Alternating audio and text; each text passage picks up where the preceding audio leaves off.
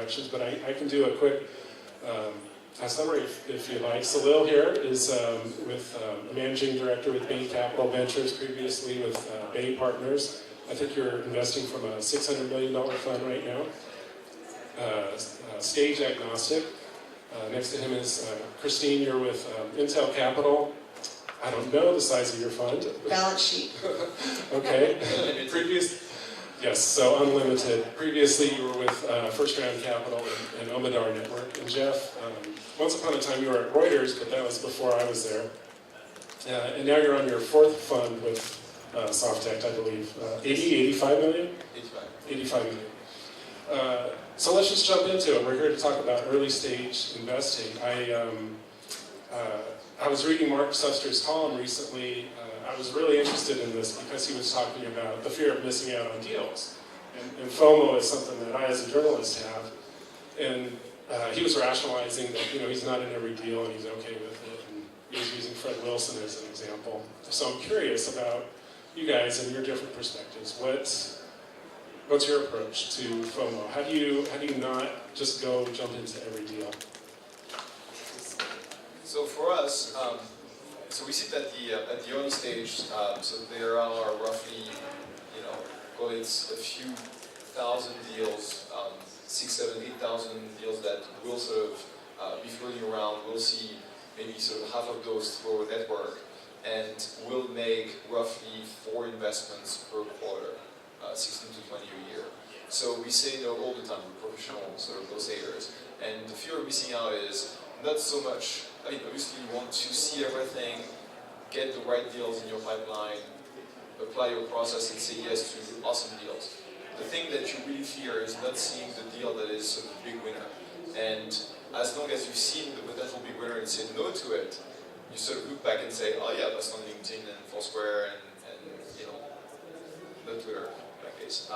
But you saw it. The thing which you fear is the not seeing the things that you should be seeing. We're pretty focused on B2B these days, so we really spend a lot of attention to those kinds of opportunities. The hardest is when we get into a new territory, for example, consumer healthcare. So we're out talking about the fact that we invest in consumer healthcare because people don't expect us there. So it's about using social media to make sure people understand what we're up to. Did I hear you just say you saw Twitter but didn't invest? No, I didn't see Twitter early on, but I still got Jeff, so. Okay, sorry, Christine. Yeah, so it's interesting because you would think that there'd be much more concern around having poor deal judgment than around actually seeing every deal that happens that might possibly be good. But in fact, I think from an emotional point of view, most investors they get much more wound around the axle about seeing all of the deals that get funded. And so they want to know that they have that choice and that opportunity. I think there are some, and I'm not going to name any names, there are some on the other side that say they just worry much more about having good deal judgment because in theory, with good deal judgment and being active, you will see enough deals to make the good ones if you have the right judgment. You don't have to see them all to make a bunch of good deals. So I know I tried to not get too worked up. One of the reasons I went to a stage agnostic investment group was because then if I missed that brass ring the first time, the first round, sometimes I get frustrated. I meet an entrepreneur I really liked, really wanted to work with, and they just closed a round from Softech or something like that. And so I'm like, okay, great. So I have to wait for you to either fail or grow up and succeed and sell and get through your escrow period, and then maybe we can work together again. So one of the nice things about being more sector focused is that you can get in there at multiple insertion points, and I think that helps alleviate the FOMO quite a bit. But if you have one stage, FOMO's huge. One stage and one range of evaluation is tricky. Yeah, the stage agnostic helps a lot. We're also a stage agnostic fund. And I don't worry too much about FOMO because I sort of assume I'm missing out on some really good things right now. Because you're missing out on it. There's some meeting you didn't take. That's right. Well, related to that, how do you decide on what deal you do make? I mean, each of you have a kind of a different, unique structure. Jeff, you now have a partner, Charles. For a long time, you were a sole GP. And Christine, you have this. I don't know what to call it. Does everything start from Arvind on down, and the more traditional kind of VC approach here? How do you guys decide on what deals to make? Actually, I want to know how Intel Capital makes decisions. Yes, how does Intel Capital make decisions? So, you know, the secret is to realize that it's not just one set of decisions, because you've got multiple different groups that are focused in different ways and will have different methodologies, different things they like. So if you're talking to the manufacturing team, and again, it might as well be a separate fund, right? So the manufacturing team is going to want later stage, they're only going to do a couple of deals a year. They're probably going to be, you know, big checks that they take a long time deciding on, and it's very strategic. If you look at the internet team, we're going to do a lot of earlier stage, so we'll do a bunch of seed and eggs. That's what makes sense. We're not as worried about strategic alignment because we don't have a business unit. Get a different story in APAC, you get a different story in Western Europe. So every one of those different teams under the giant umbrella will make different decisions and have a different process. So that's one of the reasons I think externally it can get a little frustrating because you just have no clue what's going on here. Especially for some of those deals, that could be a software deal, they could be a mobility deal, they could be an internet deal. So I often tell people, what's going to map best to your investment process, and I'll tell you which one of the teams you want to talk to. I think the key for entrepreneurs is to understand as much as possible about the firms that you're going to engage with before you reach out to them. And you always reach out to them through, you know, someone who knows you, who knows us, so that we have essentially a connection that we can go back to and ask questions about you. For us, so there's 3 of us on the investment side. One of us will take the first meeting. If you get past the first meeting, you'll meet the rest of the team. If you get past that second meeting, we'll do customer reference checks. We'll go visit, spend time with you and your users or customers or whatever, reference checks about the founders. And eventually, you know, 1 out of 100 deal roughly will get to the point where we want to invest, and then are interested in suggesting terms for investment. And it can take, you know, anywhere from a few days to a couple of months if it's a brand new area for us. A few days to a couple of months, you said, in the decision-making process. Is that similar, Christine, to Intel? I mean, Yeah, just speaking anecdotally, I know yes. the fastest deal I've personally worked on was, you know, brought them in on a Monday, we signed papers on Friday. That's the fastest I've seen us do a deal. And sign meaning like wiring signing, not term sheet signing. So it's all about the sense of urgency that one can introduce. And then certainly, you know, for things that are more strategic, they can take, you know, years, right? If you're doing something where you're collaborating on product, or, you know, like we've done $500 million deals, which certainly took time. So, though, what's the decision-making process going on at Bain? So we're encouraged to be domain specific. So we have 9 managing directors. Only 2 of us are not domain specific. I do software infrastructure. So that's, you know, virtualization, application servers, all that kind of stuff. Everything from above distance spindles to web servers. And so I think I try to invest in things I understand and in that domain. And that eliminates 99% of the opportunities. Either I don't understand it or it's not effective. And the rest... See, I thought every VC was a polyglot and they just knew everything. Is that not the case? No? It's true for these 2, okay, but not for me. Okay. And then being stage agnostic, we try to have a base case that we have to make at least $50 million. So if we're investing $5 million and it's early, then we need at least an 11x base case. Or if it's late and we're investing 25, we need at least a 3x. And 3x has to happen a lot sooner than 11x. Well, to take this a step further, then, how do you guys invest in the big deals? Salil, you were in Buddy Media. That was a great exit. You're in Lending Club. You're in one of my favorites, MuleSoft. I mean, how do you guys? As someone in the audience said to me before, you know, the bar is set so high. VCs have, you know, very high demands right now because of who to invest in. How do you guys decide? What's the decision-making process once you decide that you're no longer looking at every deal and that you have this structure in place? How do you decide on? You realize it's like dating, so it's not a checklist. Ah. You can't just It's say, not? you know, I like his mother and you know, he's got a good job. There's He all can this cook magic and- that has to happen. Yeah. So, I know people who use checklists. and it doesn't work that well. Doesn't work in necessarily. dating Yeah, and it doesn't work. venture investing. Yeah, so, but I know that certainly for me, since I tend to skew a bit earlier, I tend to be about customer acquisition, team, and product. And maybe that means they have the revenue model built out. Maybe it doesn't. I mean, I'll expect more the later the round. But I will always start with those 3 things. Is it someone that I want to fight with when things go wrong horribly once per quarter at least?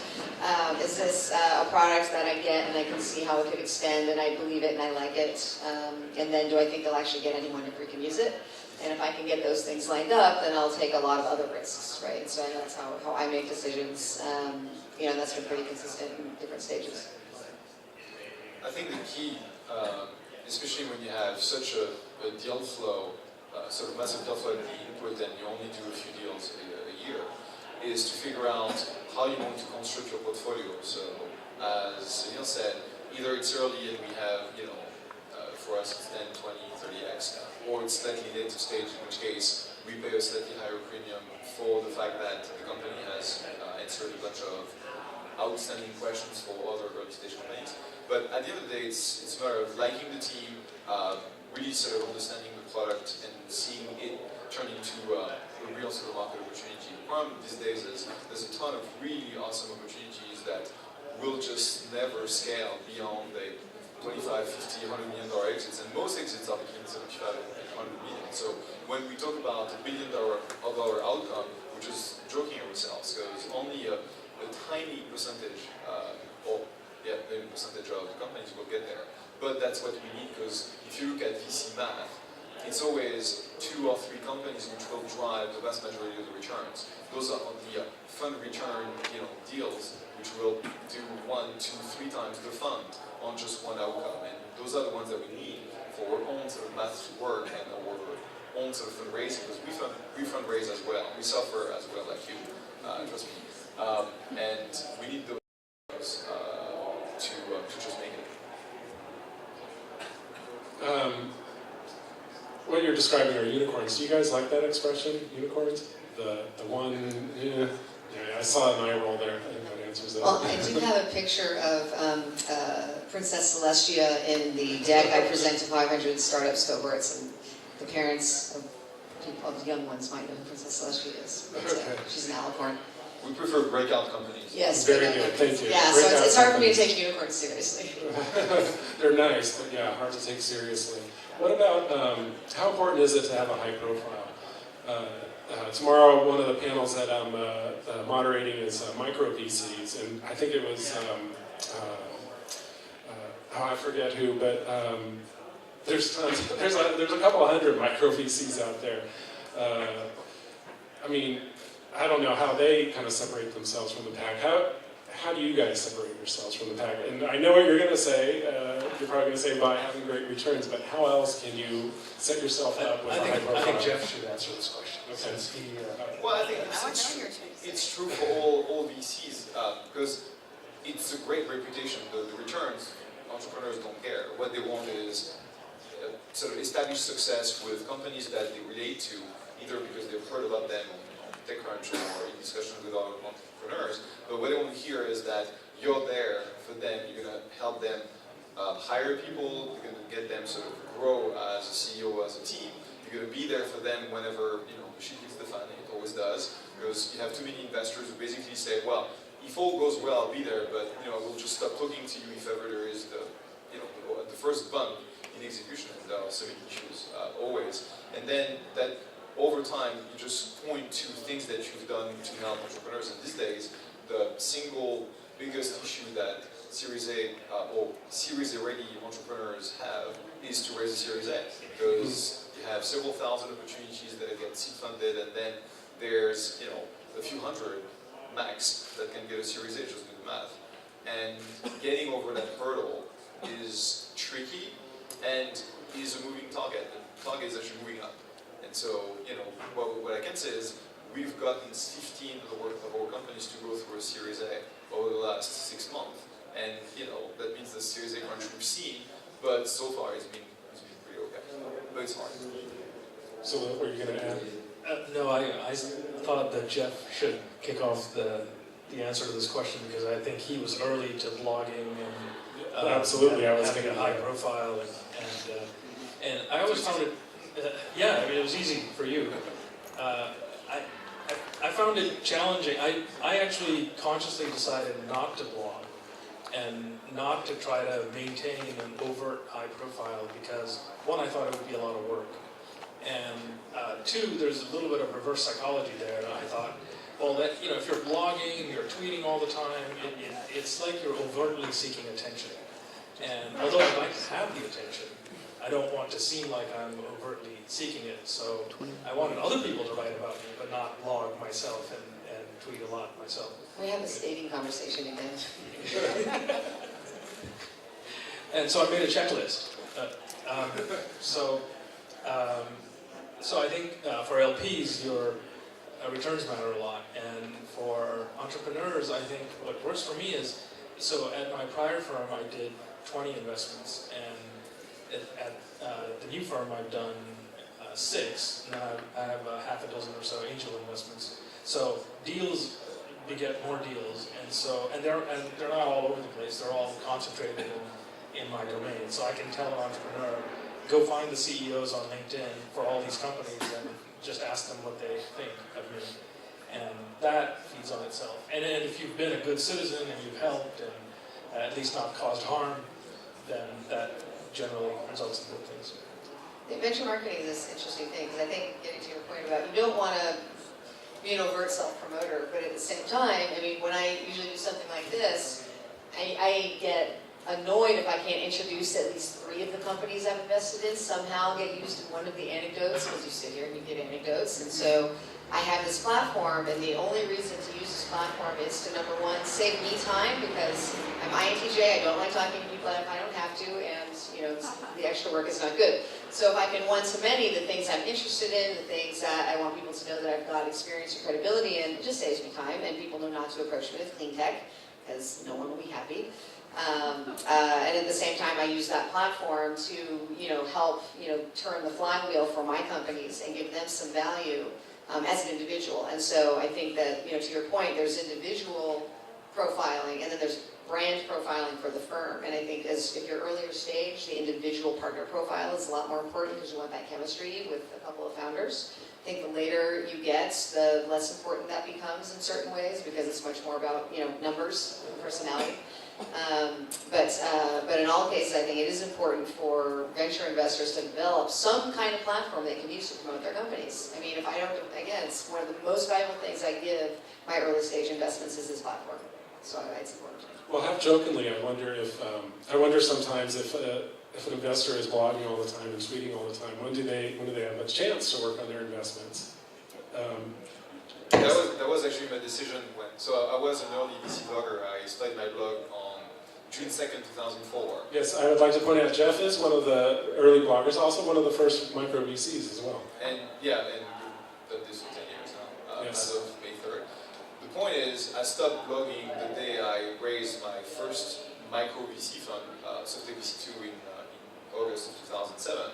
And the good news is that I had just joined Twitter in March of 2007, so as opposed to spending an hour to 2 hours putting those 500 to 1,000 word pieces, I could tweet. It was awesome. Twitter has killed my blog completely. But the point is, I think in this sort of social media aware world, it's actually important to have a firm voice, but also a personal voice, because when you have 200 micro VCs, it's actually, it's easy because we're one of the brands, and we've been there for a while. And we have 150 companies, but it's still important to be there where the entrepreneurs just get into the conversation. Yeah, at Christine is one of the best things I ever did. Right, and you're at Jeff. Salil, do you tweet? Yeah. Yes. Yeah, I'm at Salil. Okay. Right on! I unfortunately cannot get at Alistair. Well, I'm curious, just a quick poll for the audience, because we're talking about tweeting, and we've all kind of noticed Mark Andreessen, for instance, has been... Hi. Patrick is here. Yeah, I'm very sorry. sorry. Everyone, welcome Patrick. Hi, nice to See you. How you doing? To get you all caught up, VC is not like dating. There's no checklist, and... And sometimes we're late. Absolutely. Thank you for coming. Thank you for showing up. So hard to get. Patrick is with NEA. You have the seed stage program Yes. there, and I always forget the name of the partnership with Harvard. It's called the Experiment Fund. The Experiment Fund. Excellent. I always confuse it with the XSEED, which was Lev a moment ago at the accelerator panel. But we're talking about blogging and tweeting and our social media profile. And I was saying, we've all noticed Mark Andreessen has kind of stepped up and done a lot of tweeting, and it's raised his cloud score. I'm just kind of curious, and the panel can answer this as well. How many people know their cloud score in this room? Oh my gosh. Periodically. Just me and Kristen? Okay. Well, where to go from here? I'm not looking for perks, though. It's like... No, I never use a perk. I'm not interested in going RVs. Maybe we should ask them. Yeah, are there any, what's that, Patrick? Maybe we should ask the audience what they want to talk about. Absolutely. Are there any questions from the audience? Yes, sir, in the back. Yeah, I've got one. Christine, you mentioned Vator startups, and I've seen you down there. Patrick, you talked about partnership with farmers. I'm just curious with the proliferation of accelerators. Yes. And what y'all's view is there, and how that, and this last time was talking about potential shakeout over the next few years. I'm curious from the investor perspective how you see that shaking out, and what kind of your involvement is with different accelerators. Yeah, let me repeat that. So the question is about the proliferation of accelerators and how that's affecting your guys' work as early stage investors. So I can speak to a little bit since I work actively with a few of them. Mm-hmm. So StartX, for example, I was pregnant with my 4-year-old and they were trying to put it together, and I was so excited that Stanford was going to have one, so I got involved very early there as they were putting it together. And I think that's been a good program for different reasons than, for example, Y Combinator is a good program. So Y Combinator, you go, like, okay, this is Fashion Week, and you have a whole bunch of VCs sitting there doing allocations, saying, I'm going to spend this much here, let me pick a few, because you want to keep getting invited back, and so you better make a few bets. And there, there's going to be lots of good companies, so you'll get follow-on financing, or more likely to get follow-on financing in those seed bets. Something like StartX you're going to find valuable not only because you're going to get a little more diamond in the rough, but they're so focused on entrepreneurship there. The program is fantastic for that. So it's a great community being built up around that. A little more accessible to outsiders. So a little more trend spotting, early trend spotting because of the engineers that are coming out. And then you've got someone like 500, which to me is, you've got this broader view going across, multiple geographies, multiple segments, much more diverse, set of folks being funneled through. It's another one I do work with personally as a mentor. So for me, like, those are 3 good examples of one I'll spend a lot of time with, but for very different reasons. There are many other ones that are great, so you can look at Techstars or AngelPad and, check, Dreamits and, this long list. It gets a little, alphabet soupy because you can't do all of them. So you have to, it's like philanthropy at the end of the year, you get all these things in the mail and you have to pick a couple of charities or have some point of view about why you'll pick one but not the other. And so I think for the accelerators, if you're going to invest your personal time, it comes down to some similar decision making about what are the objectives you have about that engagement at that level, and then behave intelligently. How much time am I off? How much time do you guys devote to all the accelerators and incubators out there? I think we devote, I think they're fantastic things. I think they're almost unconditionally fantastic things for multiple reasons. One reason is because they're just very efficient. There's nowhere else where you can sit for an afternoon and literally see 80 startups that are somewhat screened, somewhat high quality, somewhat thoughtful, cooked kind of. So that's one thing. The bigger reason why I think they're so wonderful is that they really do. They're great role modeling devices. They really encourage and make everyone believe and correctly that they can start a company. If you have a laptop and a broadband connection, you can start a company. You can get the help to do it. And what I find really encouraging about it is, whereas a generation ago, when I say a generation, it's like 6 or 7 years ago, you needed $3 to $5 million in 1 or 2 years to kind of get a product, build a product, drive down to San Jose, rack your own servers, and build this thing, get it launched, get the first little pieces of market feedback. Now you can do this exactly the same thing for like $1 million or $1.5 million, and 6 months instead of 2 years. And so what we notice is that the evolutionary cycle, or the evolutionary half-life of evolution of entrepreneurs has become very compressed, and we're seeing higher quality, more experienced founders earlier on.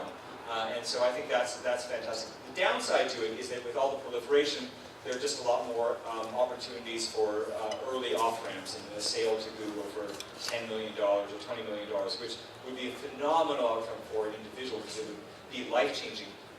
But for venture firms, especially very large venture firms, would be abject failures and are really kind of have the ultimate effect of sucking out a lot of talent and burying it for the rest of its career in a giant acquiring company. So that's the bad part of it.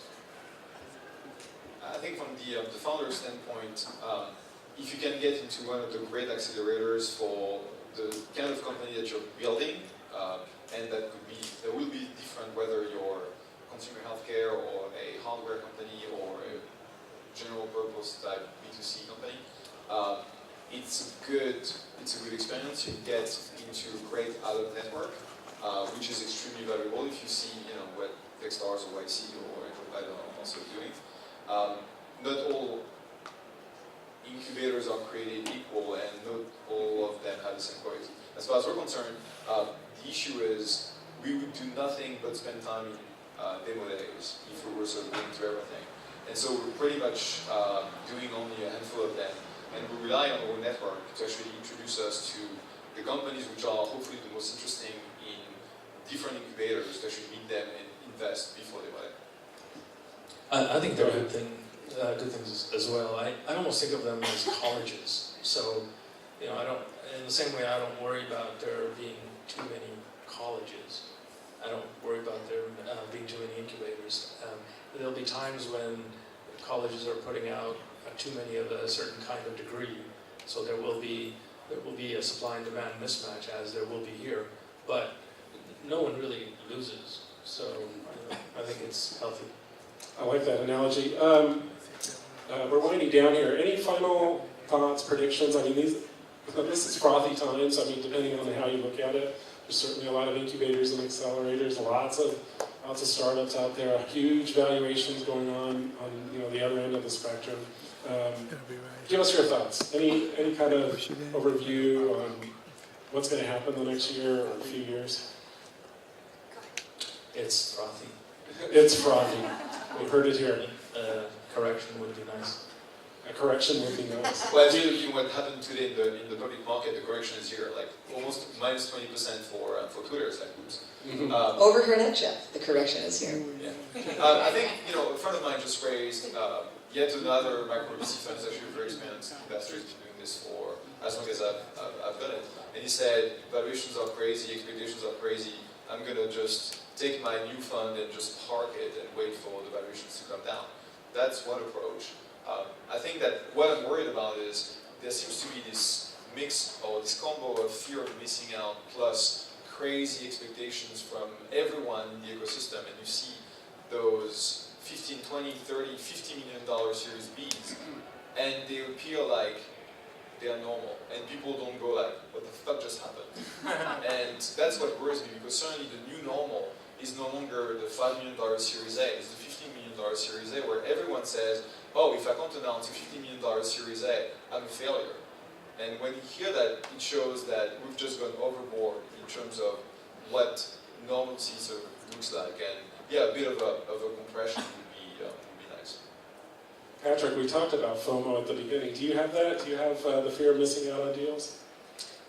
Everyone does. Everyone does. But I think we're at a very unique time and a privileged time to live here in the kind of Salil disagrees with you, by the way. Oh, you don't have fear of missing out? Then you're not human. Come on. No, maybe it's not not. She's silly. All right. Go on. Interest rates have been basically asymptotically approaching zero for a very, very, very long time. There's nowhere else in the markets where you can experience growth like we've seen in Silicon Valley. It used to be that you'd go to the East Coast and people would be like, what do you do out there again? And now all eyes are on this area, and it's a very strange feeling, I think, to hold so much of the hope and the dreams of an economy and country. Maybe that's a bit over dramatic, but it kind of feels like I've been watching the HBO show Silicon Valley. Don't do it. not going to be. We have a question here. Go ahead, sir. A company like Airbnb that had hundreds of millions in VC funding, do you believe they actually have a path to how they're actually going to use that money? Or do you think now they're saying, holy cow, we got this money, let's throw here, and create something to grow into this ridiculous valuation? So the question is about Airbnb and Pinterest, and let's keep on naming all the companies that have raised hundreds and hundreds of millions of dollars, some of it from growth stage investors, some of it from hedge funds, mutual funds. We've just kind of seen that trend taking place recently with huge valuations. What are they doing with all that money? What's the exit there? Well, it's not cool to comment on companies that you haven't invested in, so I don't know what they're doing with that money. But sometimes these things are not reported correctly because part of that is secondary. So it doesn't actually go onto the balance sheet of the company. It's cashing out prior investors. Sometimes it's a function of, well, they want to value the company at X, but they want 10% ownership, so then they have to put in more than they need, or part of that has to be secondary. But I think when things are working and it really is a growth stage company and they really do need to scale, like in their case, in lots of cities and in lots of ways, then I think that money can be put to good use. You need a lot of money to go national and to scale often. Hotel association And lawsuits. when you do get 100 or 200 million, let's say in your A rank, so you're going from are you pressured to burn a lot of money to basically go out there and get, like, we better start spending 12 to 18 months, somebody put in 100 million, they want to see some progress. So there's a rule that whatever money you raise, you're going to burn it in 2 years. So I think there's a difference between raising $100 million in a growth round or raising $100 million as your first round. And maybe you've already been profitable and you're just about to scale. And when Eventbrite raised the last 50 or 60 million, I don't even remember the amount, because it doesn't matter. It was essentially just to be able to fuel their growth. They said we did $1 billion in gross ticket sales last year, or 940 million, 960 million. They're going to do way more this year, and at some point, eventually, one day, they will go public. And so, as long as your investors who invest at those pretty high valuations believe that they can still do the kind of multiple on that money that you expect, and if you're a mid-stage investor, growth stage, if you do a 3x on a $50 million investment, you're pretty happy to do. And so the question is, can you really sort of get that kind of outcome, or are you going to get stuck like the guys who invested at $14 a share in Zynga, and you will never ever see that valuation again? Is this the new normal? I mean, Tango Me raising a couple $100 million, Cloudera raising several $100 million. Is this the new normal? Sure, because that's what the entire market does, and people say, well, you should get it too. And it's even worse in this environment where you see all those valuations in public markets sort of dropping. We should get it too to make sure that we don't need to actually raise capital, because what we don't know is the effect of the chilling effect of the trajectory of public stock on the growth markets.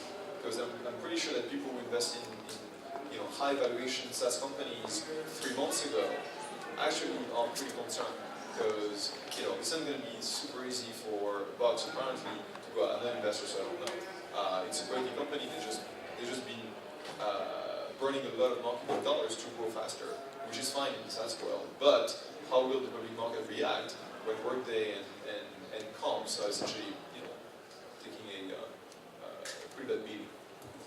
Before the next train comes, anyone have a final thought? Any final questions?